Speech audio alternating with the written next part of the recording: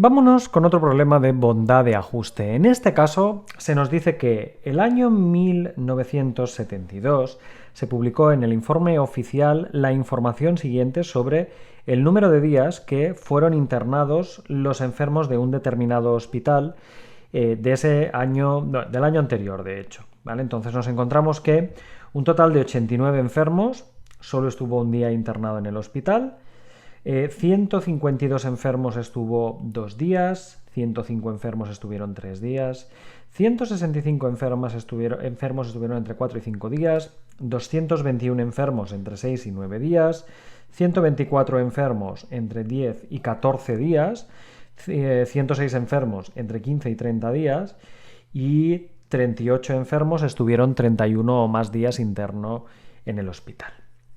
Pues bueno, se nos pide que probemos la hipótesis de que estos datos siguen una distribución chi cuadrado con 4 grados de libertad, ¿vale? Entonces, la distribución chi cuadrado recordemos que tiene dominio en el intervalo 0 e infinito. Entonces recordad que para poder aplicar un test, en este caso de chi cuadrado precisamente, lo que vamos a necesitar es en primer lugar cubrir todo el espectro posible. Entonces aquí lo que tenemos está bien, pero no es exhaustivo en el sentido de que no cubre todo el dominio de la distribución chi cuadrado. Entonces estas frecuencias que tenemos son las empíricas, pero las tenemos que distribuir en una serie de clases que cubran todo el dominio de la distribución. Pues bueno, fijaros que tal cual lo tenemos aquí, lo que podríamos hacer es, vamos a colocarlo aquí, empezar por crear el intervalo 0 hasta 1,5 abierto, 0 cerrado, 1,5 abierto, ¿vale? En este caso ese sería el primero de todos. El segundo, en este tendríamos, por cierto, 89 enfermos, ¿vale? La frecuencia empírica sería de 89. El siguiente, para respetar la tabla, sería desde 1,5 cerrado hasta 2,5 abierto y habría un total de 152 enfermos. El siguiente sería desde 2,5 abierto hasta 3,5, perdón, 2,5 cerrado, 3,5 abierto, 105 enfermos. El siguiente sería desde 3,5 hasta, como tiene que englobar el 4 y el 5, nos situamos hasta 5,5 abierto y aquí habría 165 enfermos. A partir de aquí, el siguiente sería entre 5,5 y como hay que llegar hasta 9, pues hasta 9,5 abierto y habría un total de 221 enfermos. El 9,5 tiene que llegar hasta 14, por tanto tiene que llegar hasta 14,5, ¿vale? Espera que no sé qué he escrito aquí con tanto punto, así 14,5, perfecto, donde habría un total de 124 enfermos. Desde 14,5 el siguiente tiene que llegar hasta 30, cubrir desde el 15 hasta el 30 significa aquí llegar hasta 30,5 abierto, un total de 106 enfermos, y recordad, tiene que ser exhaustivo, tiene que cubrir todo el intervalo desde 0 a infinito, que básicamente es el dominio de la variable aleatoria chi cuadrado, por tanto sería desde 30,5 hasta más infinito, donde habría un total de 38 enfermos. ¿Vale? Ahora sí que lo tenemos exhaustivo y cubriendo todas y cada una de las clases. De hecho, me vais a permitir que lo copie porque como lo voy a utilizar para otras cosas, vamos a copiar esta cosa, copiar, ¿dónde estás? Bueno, cortar, la voy a pegar aquí. A esta la voy a colocar debajo de la anterior, así ya la tenemos colocada una debajo de la otra. Fijaros que básicamente estas son las clases que he definido hasta el momento y lo que tengo aquí es la frecuencia empírica, ¿vale? Entonces, lo que tenemos que calcular ahora es cuáles serían las probabilidades teóricas. Recordad que yo aquí lo que quiero demostrar es que estos datos proceden de una chi cuadrado, entonces fijaros que básicamente tengo que calcular cuál es la probabilidad que una chi cuadrado se encuentre entre A menor o igual chi cuadrado con 4 grados de libertad que b, ¿vale? De hecho, menor estricto, ya sé que es continua, pero bueno, vamos a escribirlo bien. Menor que b, ¿vale? Donde a, evidentemente, es el intervalo menor de la clase, ¿vale? Es el extremo inferior y el b sería el extremo superior. Entonces, para hacerlo, lo más normal es que vayáis y utilicéis R. En este caso, la forma en la que yo lo tengo calculado es utilizando la función pechisc, pasándole primero el extremo superior, menos pechisc, pasándole el extremo inferior. De modo que esta columna que tengo aquí, en R sería pechisc del extremo superior B, pasándole el número de grados de libertad, en este caso 4, menos pechisc del extremo inferior A, pasándole también 4 grados de libertad, donde A y B irán tomando los valores 0 y 1,5, 1,5 y 2,5, 2,5 y 3,5, y así paulatinamente, ¿vale? Así es como lo podríamos calcular de la forma más fácil, por así decir, utilizando las tablas, no, más que las tablas, la distribución ya programada en R, ¿vale? Pues esas serían las probabilidades teóricas. Yo en este caso las tengo ya precalculadas, por tanto no las voy a volver a calcular aquí a mano, ¿vale? Simplemente con esta instrucción que os acabo de dar sería más que suficiente para poderlas obtener. Y en este caso, ¿cuánto darían cada una de ellas? Pues a ver, en este caso serían 0,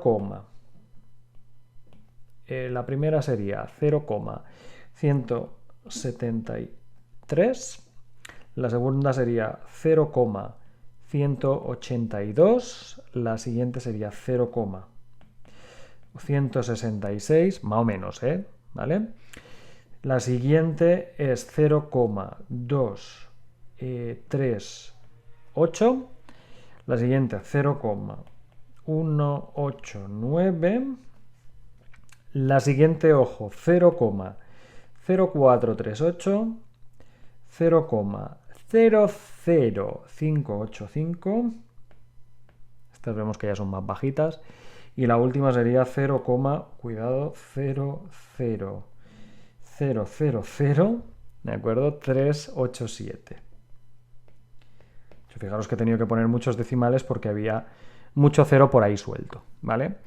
Entonces, claro, teniendo en cuenta que tenemos estos valores, lo que podremos hacer ahora es realizar el test de la propia chi cuadrado. Recordad que una forma que ya vimos que podía hacerse era simplemente tener en cuenta que teníamos que multiplicar esta probabilidad teórica por n, respectivamente, donde n era el número total de observaciones, para así obtener las frecuencias teóricas y a partir de aquí sacar el estadístico que ya habíamos visto en la clase pasada, precisamente, ¿no? En el ejercicio anterior. Entonces, ¿cuántos individuos forman parte del estudio?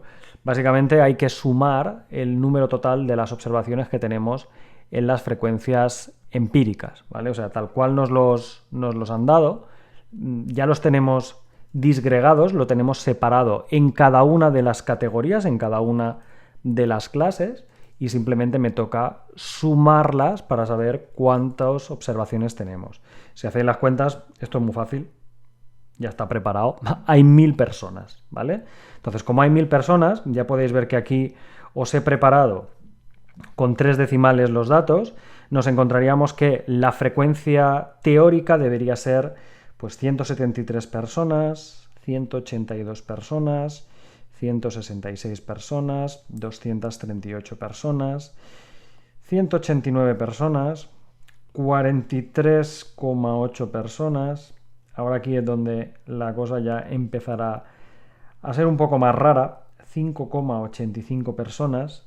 Y la última, bueno, la última sería 0, espérate que no me equivoque yo al mover la coma, sería 0,0387 personas, ¿vale?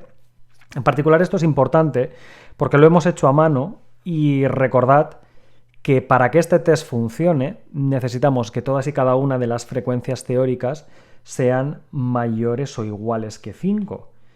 Esta última falla, ¿vale? La última nos da una frecuencia teórica más pequeña que 5 y por tanto el test del h² no sería correcto, ¿vale?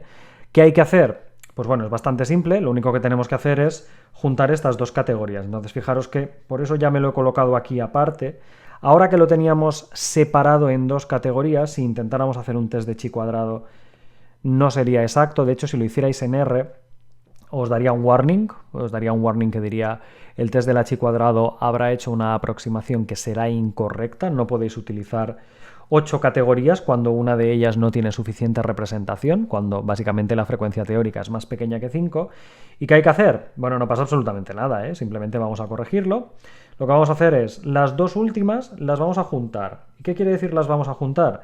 Pues en lugar de considerar dos clases, vamos a considerar una clase rejuntada, por llamarle algo, ¿vale? Entonces lo que vamos a hacer es definir aquí la clase que irá desde 14,5 hasta más infinito. Como es juntar aquellas dos, 106 observaciones por un lado más 38 por otra, pues serían, a ver que no me equivoque yo, serían 154, ¿verdad? Tenemos aquí, 54 no, 44, 144. La probabilidad que antes teníamos separada en dos trocitos se puede juntar. La ventaja es que, pues a ver, va a cambiar relativamente poco y de hecho aquí podéis verlo que si yo sumo la probabilidad que tenía arriba con la nueva que tendría aquí abajo, como la última tiene todos ceros, aquí básicamente al sumar me quedaría este número que veis aquí, que por eso ya había colocado los decimales de este modo para que os fuera más fácil de ver. La probabilidad simplemente se suma, no tiene más misterio. Así. Y por tanto aquí las observaciones empíricas también se sumarían y en este caso volvéis a tenerlo bastante fácil. Lo único que hay que hacer es juntarlo y ahora sí que tendríais una clase más gordita con 5,85387 personas en el interior de ella, ¿vale? Ahora sí que tenemos suficiente representación con al menos 5 elementos de frecuencia teórica en cada una de las clases y ahora sí que ya se puede calcular el test de la h², ¿vale? Recordad que para calcularlo el estadístico de contraste es el sumatorio desde k igual a 1 hasta ¿cuántas clases hemos colocado? 1, 2, 3, 4, 5, 6 y 7 porque he juntado aquellas dos y para cada categoría habría que hacer pues n sub i, las frecuencias empíricas, las observadas, las del experimento, las de esta columna que tengo por aquí, menos las teóricas, las e sub i, las que habríamos calculado aquí en esta columna, al cuadrado y dividido por e sub i, ¿vale?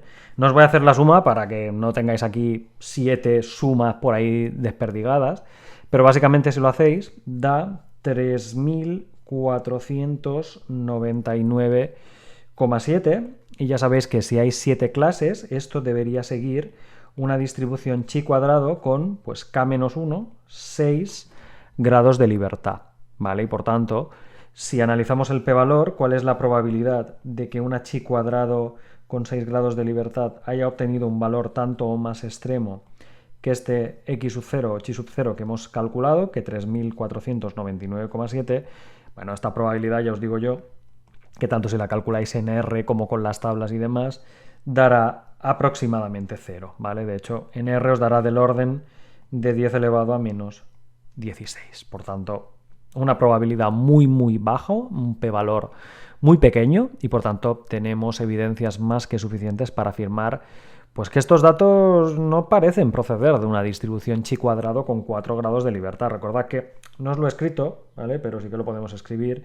La bondad de ajuste que hemos hecho es hipótesis nula. Los datos proceden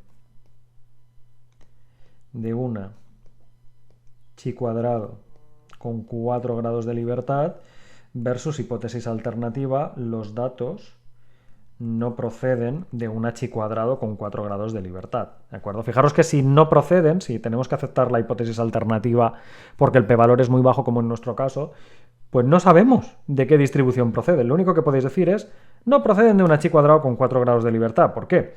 Porque con el test de chi² que hemos llevado a cabo, las frecuencias esperadas, las teóricas y las empíricas, las observadas, difieren demasiado, ¿vale? 89 se separa demasiado de 173, 152 se separa demasiado de 182 y así sucesivamente para las 7 categorías que hemos establecido aquí. Así que hemos podido hacer un test de chi cuadrado, siendo capaces en este caso de juntar dos clases, porque por separado esas dos clases no cumplían la característica de tener al menos 5 observaciones teóricas, ¿vale? Las teóricas, las observadas en este caso sí que lo cumplían, pero las teóricas no, entonces los hemos tenido que juntar, pero a pesar de juntarlas, el p-valor del contraste cuando lo llevamos a cabo, resulta que tiene una probabilidad tan baja que no nos queda más remedio que rechazar la hipótesis de que estos datos procedan de una chi cuadrado con 4 grados de libertad y aceptar la hipótesis alternativa de que pues, deben proceder de otra distribución, pues que no sabemos cuál es.